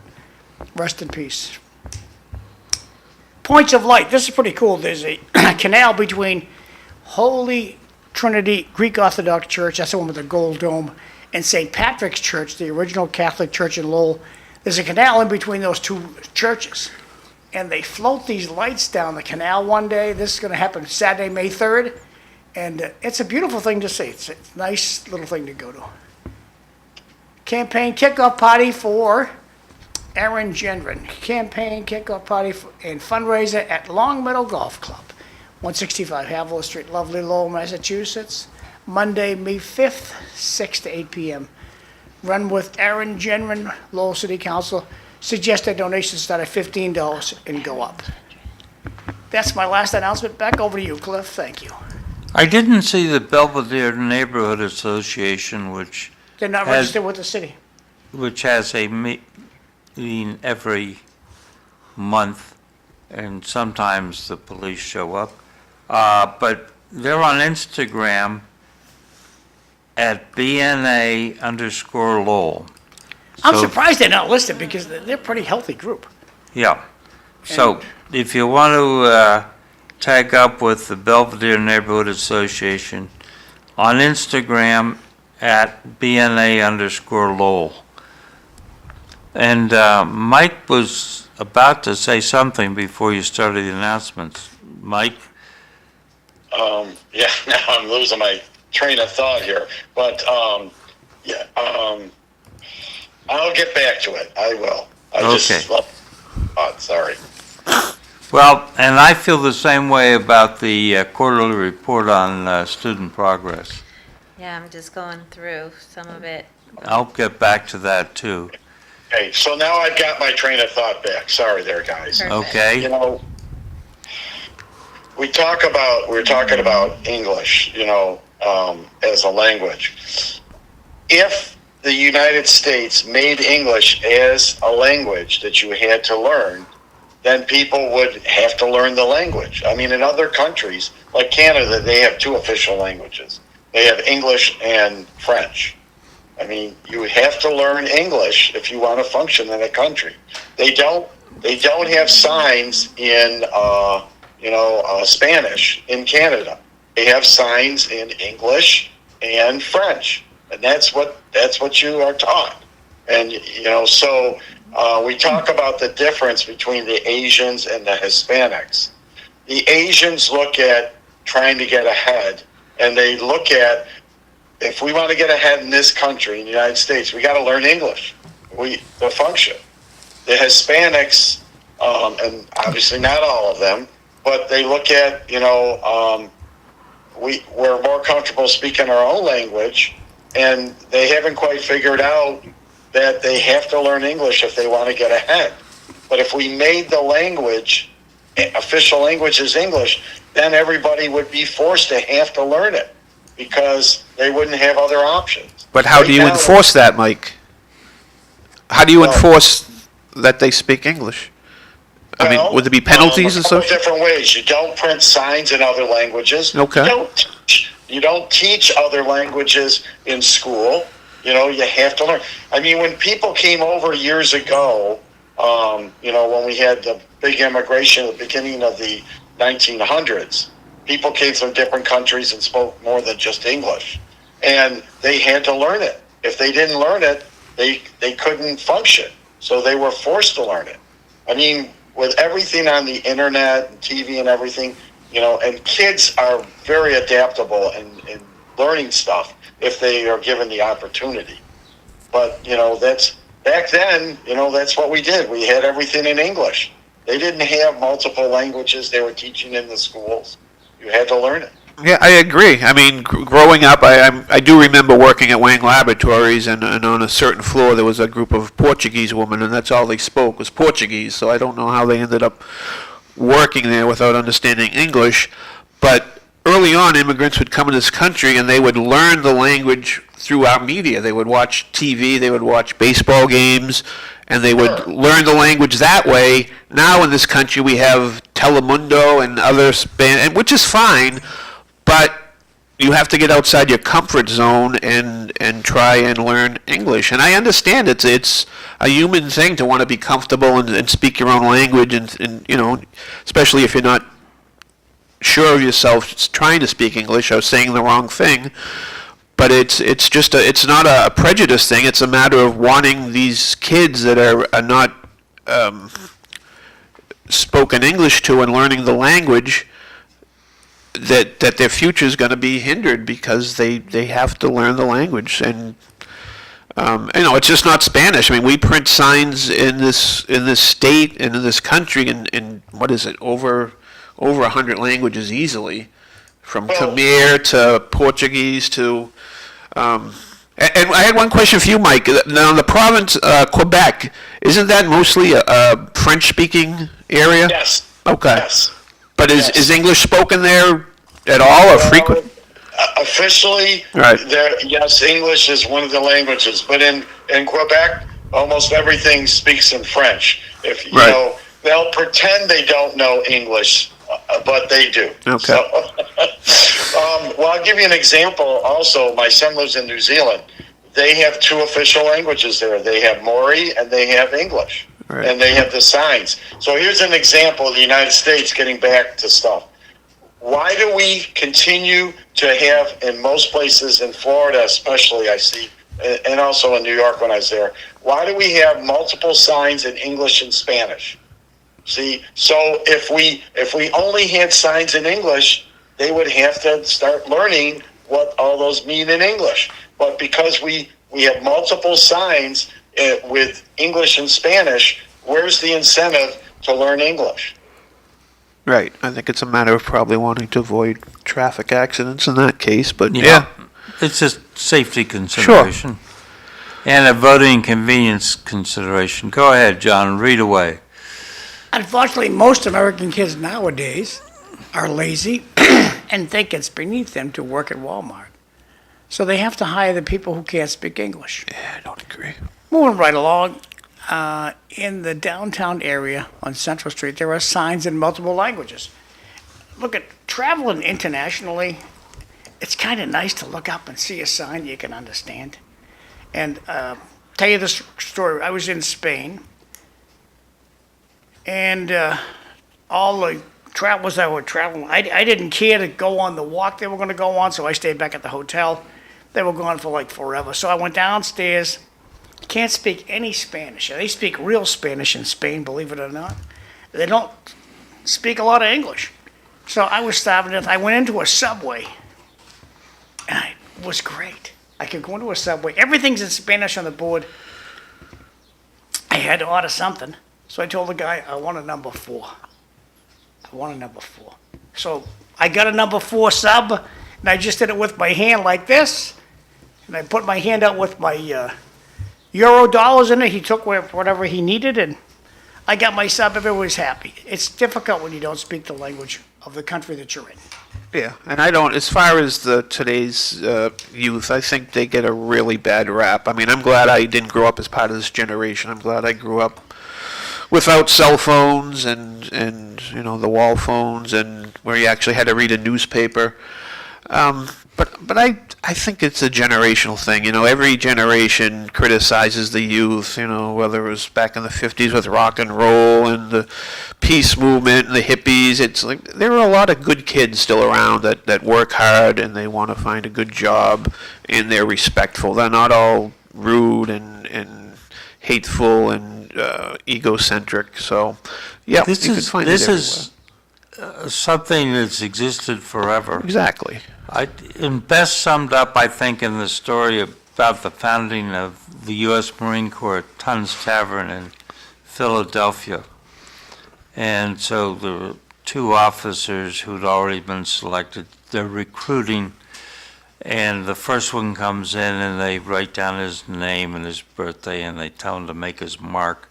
And they say, go out the side door and wait on the bench. And then the next person comes in, gives his name, his birthday, all that vital statistics, and they say, make your mark, and he makes his mark, and they say, go out the side door and wait on the bench. And he goes out the side door, and he sits down on the bench, and the first one turns to him and says, let me tell you how it was in the old Corps. So, so we're always saying it was tougher in the old days. Well, I don't mean to interrupt your pontificating on the youth of America. I get it. But I want to say that I don't think You're kids- going to blame the teachers? Yes, I'm going to blame the teachers right now. Are you ready? Okay. I find, yes, some of them are egocentric, and some of them I don't think they're mean I think they just don't know better. They don't know how to think anymore. They don't know how to manipulate their minds. They don't know how to fill in the blanks. It's a huge issue. They don't know vocab words that you would think that any child, middle schooler, they would know what it means. I mean, I can't tell you how many times that I give a direction to a student and they're like, "Miss, wait, what does that word mean?" I'm like, "Which one?" And they're like, "Go back and say what you just did," and they have to point out the word, and it's an epidemic of an issue because our kids are missing big chunks of information somewhere along the line. I don't know if we need better tools of assessment, better curriculum, but our kids are not grasping vocabulary and connecting the words anymore. And that's causing major room for misunderstanding. Then you throw in the ELL piece of it, of the maybe not fully understanding the language, and it creates students who become more aggressive, and because they don't understand what you're saying 100% of the time. So it's like I said, I just feel like it's a huge epidemic, and our kids need us as teachers, as leaders in the community, to help to do better and work together to better them. I think some of the adults are to blame too. I think some of the times they're as bad as the kids and act like children when they're supposed to be the adult in the room. So 23% is the current number, I think, for ADHD. I mean, that's a very large number. And I wonder if what has happened, since how it was in the old days, if schools have been reshaped to meet the needs of young girls and young boys just do not find a home in school and therefore don't perform well. Well, yeah, I just like to put in, because I was listening to Eileen, is when I was younger, the parents have some responsibility in all this. When I was younger, every night you read books. Your parents read to you, or they had you read to them. I mean, when I was over in New Zealand for my son's wedding, every day my son and his new wife, they would take turns. Every day my grandson had to read every night and go over vocabulary and read and understand what they were reading. The teachers can't fix everything. You got to have the parents have to help too. And I think the parents are so busy now with other things, they don't put the effort in. So, there's Fru. How you doing, Fru? Good morning. Hook this up over there. Well, I mean, Where? Think, you can't put all the blame On the white cord. You gotta have the parents take some accountability now for, and it takes effort. I mean, everybody's busy in life. Parents are working and running around doing other things, but just like, you have to form a habit and do it the way it's gotta be. Yeah, Let's talk to Fru.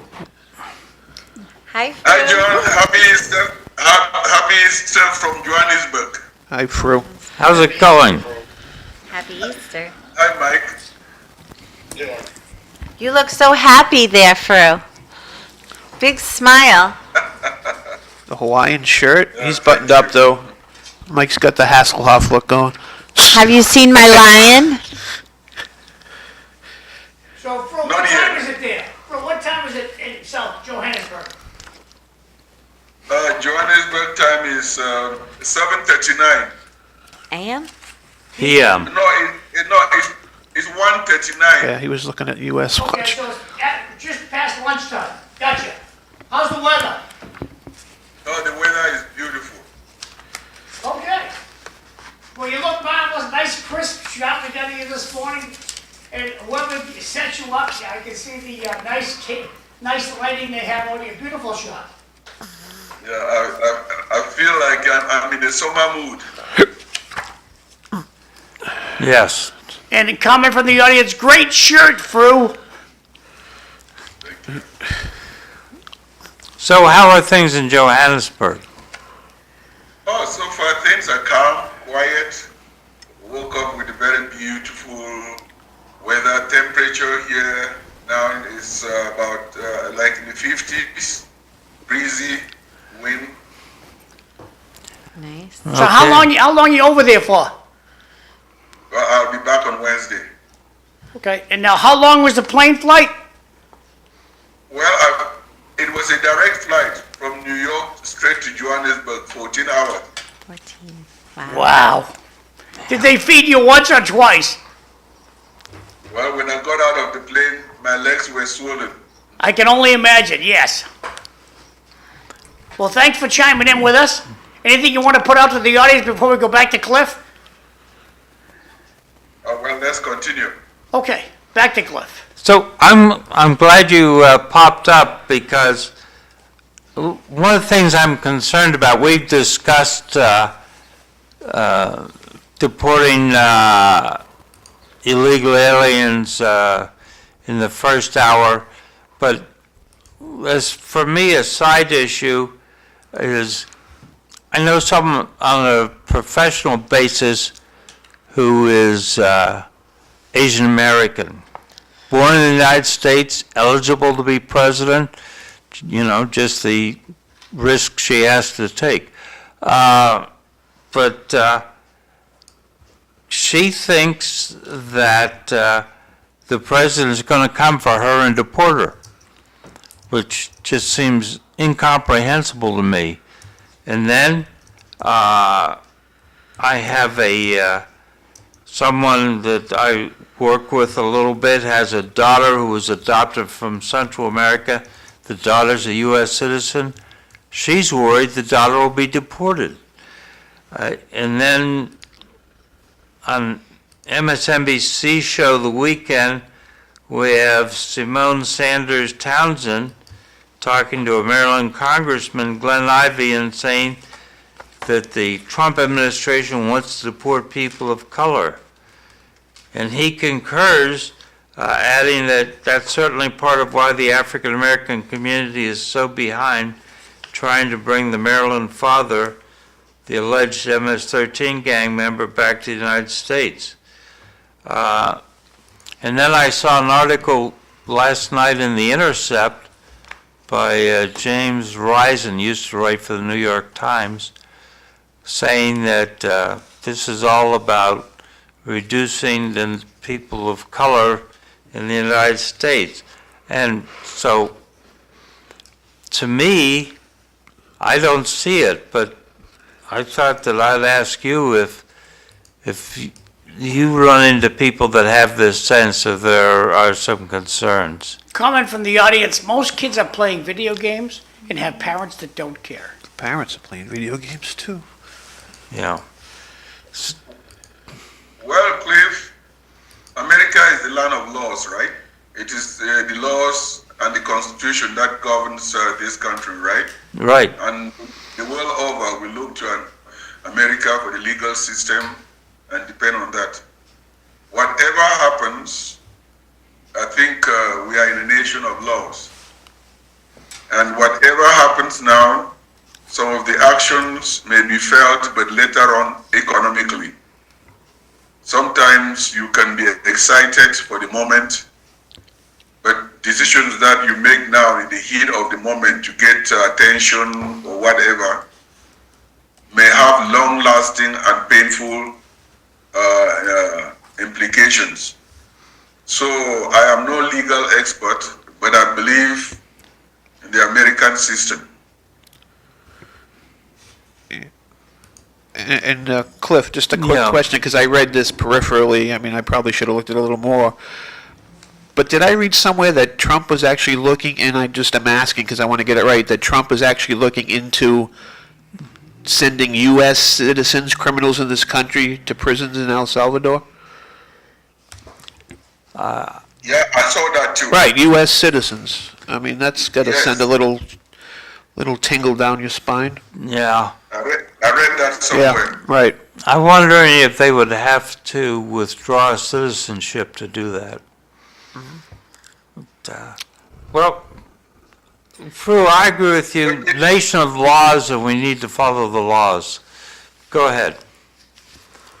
But one thing that I've learned here yesterday, we're meeting with some former South African parliament officials that have served in the government.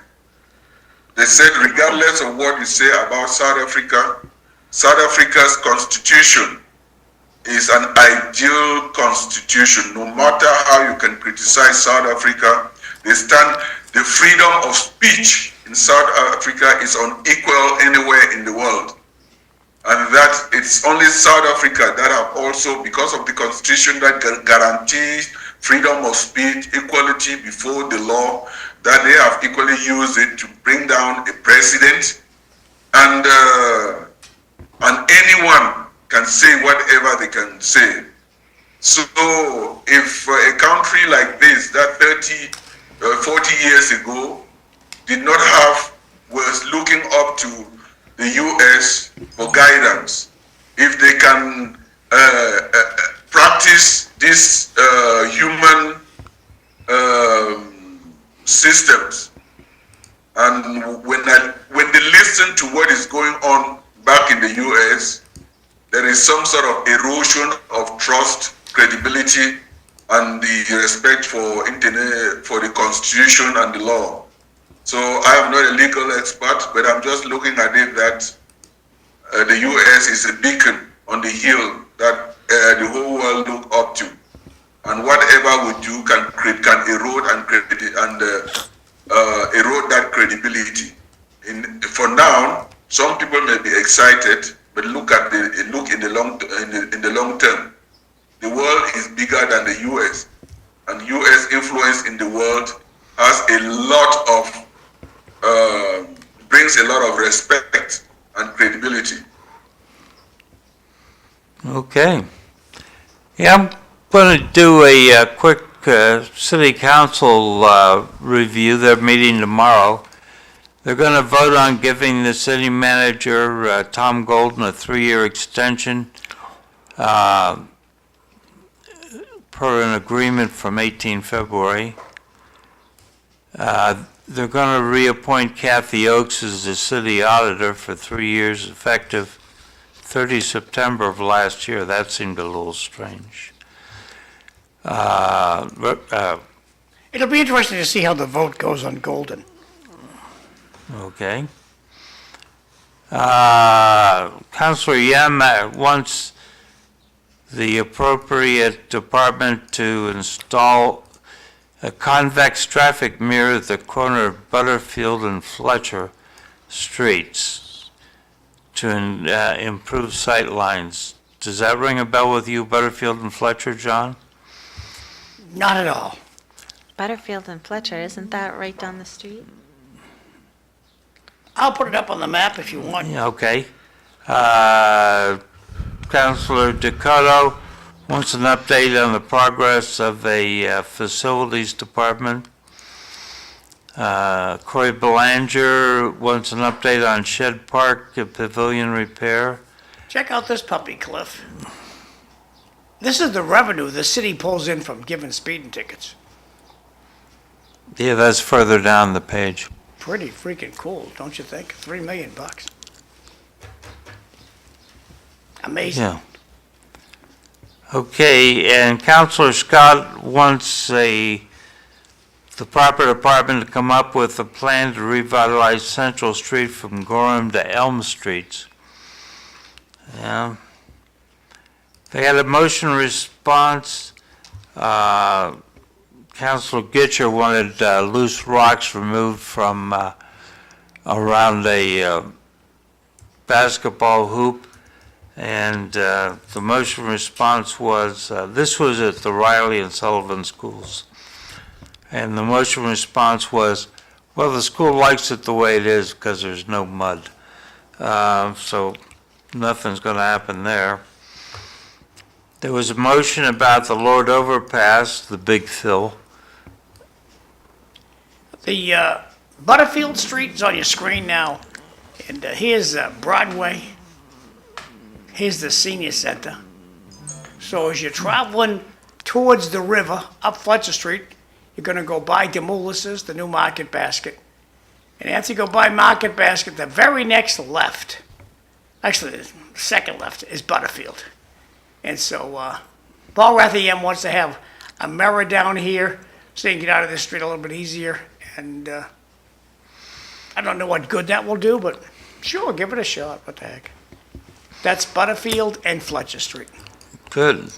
So they talked about the fact that the LRTA, Lowell Regional Transportation, doesn't use the reserved lanes, although emergency vehicles do. Sort of, my funerals do too. Your funerals use the reserved lanes? It's great, yeah. It's great. For funerals, it's fantastic. So why the LRTA isn't, I don't know. Bad research, bad specs. Andover Street project keeps getting mentioned. Resurfacing, they've got $20 million to replace 10% of the concrete panels next year. 16 weeks, that's 4 months. And they're planning on traffic calming, which will extend commute times and increase pollution of the environment. And of course, the solution is to build the Marie Sweeney Bridge, but no one seems capable of thinking about that. So yeah, every year. We can't get a Rourke Bridge, Cliff. I was just going to ask, John, is that still I on just sent schedule? you something on Messenger. Can you pull it up? I would just like, honestly, I would like somebody to help address an issue I have behind the Robinson and McAuliffe schools that is very disturbing to me, that so much equipment is just left. It's coming at the speed of a... All right, in the meantime, yeah, we garner about $900,000 a year in traffic tickets. So assuming you're paying $200 for a traffic ticket, that's about 4,300 last year, about one for every 27 men, women, and children in the census.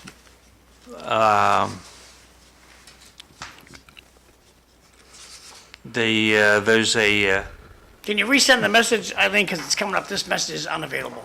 Oh yeah, maybe it was too much. there's a longest report on traffic control devices, 16 pages. John, I was hoping that you could bring that, show people how to bring that report up.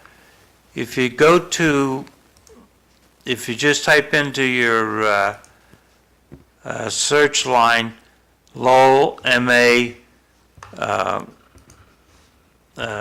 Lowell City Council agenda. You yeah. go to the agenda center and then pick out tomorrow. So what do you want to see on this, Cliff? That's enough. There should be something there on, Transportation Department? yeah, Transportation Department. And just click on that 16 pages of things on what they're planning on doing hither and yon. There's a opening on the Pollard Memorial Library Board of Trustees. Oh boy, here we go, traffic calming. They're gonna, if you live on any one of these streets, City of Lowell's gonna slow you down. So now's the time to call your favorite city councilor. So if you want this prevented, get on the phone today, call your favorite city councilor and say, hey, look, I live on Andrew Street, and leave it alone. I live on Woodward Avenue. Yeah, my Leave old it alone. Stomping ground, Woodward Avenue. Moving on, John. Thank you. Jean Hubble had gotten a traffic ticket, a parking ticket, and was towed. She appealed the ticket and won, and she'll be asking to get the towing charge back. Who's Jean Hubble? You sound passionate about this woman. She invented the Hubble telescope. Yeah, she's related to the Hubble telescope. Excuse me. All right, we're towards the end. Last word, Fru? Well, thank you very much, and we are serving the people, and let's continue serving the people and informing the people. Information is power, and knowledge is power as well. Fru, did you hear about the Pope's passing? Yeah, I just saw that about 10 minutes away. Oh. What a thing that the Pope will pass on just after Easter. He's a holy man. Yeah. Fru, you're getting all kinds of accolades on your shirt. They think your shirt's better than Mike's shirt. I don't know about that.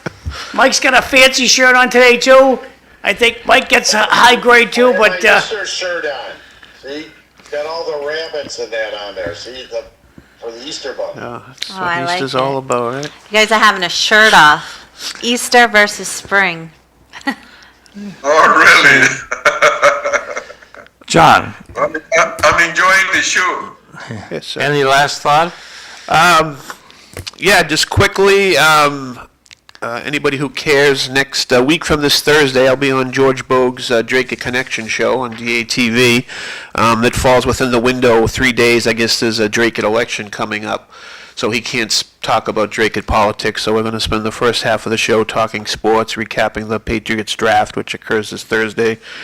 And then the second half will be, him pro-Trump, me anti-Trump. So we'll go back and forth on that. So yeah, I'll be on his show May 1st, Thursday night, and yeah, Do it live? he does it live, 6:30. It's on DATV, and it's also on Facebook if you go to the Drake It Connection. Comment from the audience. Great show today. Fru wins the shirt of the year so far. Mike, always tough to beat. He's got some great shirts. Back over to you, Cliff. Yeah, and just quickly going off what Fru said about how the United States is a beacon to other countries in the world to look at, and our freedom of speech and First Amendment. But we better be careful, because in this country, a lot of that's being eroded as far as what people can say, and unless you're inciting violence or committing violence, you should be able to stand in town square in any city and scream at the top of your lungs and not have to worry about what's going to happen to you from a criminal aspect. Yes, absolutely. Okay. This is not Canada. There is a First Amendment. Yeah, but we're seeing students being arrested by police in masks because of what your thoughts is. We're seeing Harvard University being defunded by the federal government. It's a slippery slope. Is such a rich institution. I was surprised that they were dependent on welfare, government welfare. Well, most of it is research. Eileen, you got the final words? I'm sure Cliff's going to call on Mike next. Vote Eileen Delrossi, 2025, Lowell School Committee. Okay, so you sent him, John, something to put on the screen. Oh, pictures of behind the schools, that I'm nervous that if kids were smarter today and were like they were back in the day, they would pick up one of those things and hurt each other or even push somebody into something. There's a lot of equipment back there. That's right behind the McAuliffe. Yep. You got another picture too, but it doesn't want to come up. I'll keep it going. All right. See that, Got a nice doggy. yep, that's my Max. Which school is this? Cliff, Behind the Robinson. Yes, go ahead, Fru. I was just echoing what the other panelist member talked about freedom of speech. I was fortunate to meet a former government See those minister bricks? who is saying that what the duel between the U.S. and South Africa is going on, that they were looking up to South Africa up to the U.S. or the American model, and what America is doing with their government and the people doesn't really meet up to the principle of what the U.S. stands for. So I thought that was something curious coming from this end. Yeah, not lately. Yeah, it is a problem. John's brought up a couple things. During the Biden administration, there were government efforts to shut down free speech. We need to fight that. Hey, No tomorrow matter City where Life, it we're gonna is. have, Bobby Hoey's gonna be here, maybe Bobby's sister's coming, Carrie Casello and Arthur Santos tomorrow, and, Ned Tomry maybe, and Tom Bowman. That's tomorrow City Life. Time is, we're out of time, Cliff, you can say goodbye, or, we're still on. Goodbye, We're and still on the- pray for the repose of the soul of the Pope. Thanks, guys. Hey, Thanks, thanks, John. Mike. Again, Thank you. for, this morning's discussion. Goodbye. I do want to point out one thing, this thing with taking money away, the government defunding stuff. Reagan did this, and he wanted the drinking age raised from 18 to 21. What he did is he said, you don't want to raise the age of drinking, then you get no highway funding. So it's not something that hasn't been done before. It's Right, but for a totally different reason, right? It wasn't over free speech. Yeah, well, so what? And, It's been done, the point When is, you're on a private property, Right. like worked at a business, you don't have all the free speech rights. And if you're on private property like a college, you don't always have. They don't apply free speech the same way when you're Right. on private property. Right, and I was a big Reagan fan, but didn't that also infringe on state rights? I mean, I can see the reason why you want you want a across-the-board 21 drinking age, but, you hear that from a lot of Republicans today, that state rights are important, and that should supersede federal rights. Yeah, but the federal government, they provide money to Sure. the states, and there's no not all that money is required to give to the states. So that's what they use as the if they start with a carrot and that doesn't work, they'll use the stick. Oh, sure, yep. That's just one example. This has been done on both sides. Mike, we're running out of time, Mike, so, time to say goodbye. Take care, Mike. Thanks, good one. Mike. Bye. See you next week. Okay, next Monday, we'll see you. Okay. I'm gonna end the broadcast.